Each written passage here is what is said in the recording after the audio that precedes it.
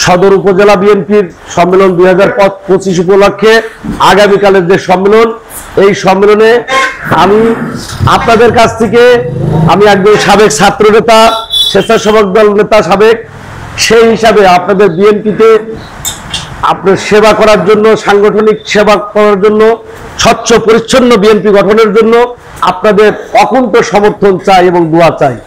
আপনারা আমাকে এই সমর্থন দিলে আমার শেষ পরিশ্রমটুকু দিয়ে, শেষ রক্তবিন্দু দিয়ে শহীদ জিয়ার আদর্শের সেই বিএনপি, স্বচ্ছ পরিচ্ছন্ন বিএনপি গঠনের আপ্রাণ চেষ্টা আমি ইনশাল্লাহ করবো। আপনাদের এই কাপ্রিস মার্কায় আমাকে সাংগঠনিক সম্পাদক পদে মনোনীত হওয়ার সুযোগ প্রদান করবেন। আপনাদের মূল্যবান ভোট দিয়ে এই পরিচ্ছন্ন বিএনপি এবং শহীদ জিয়ার আদর্শের বিএনপি, সেই 19 দফার বিএনপি গঠনে সহযোগিতা করবেন, এই আশা আপনাদের কাছে আমি করছি। আপনারা আমাকে অবশ্যই সমর্থন দিবেন।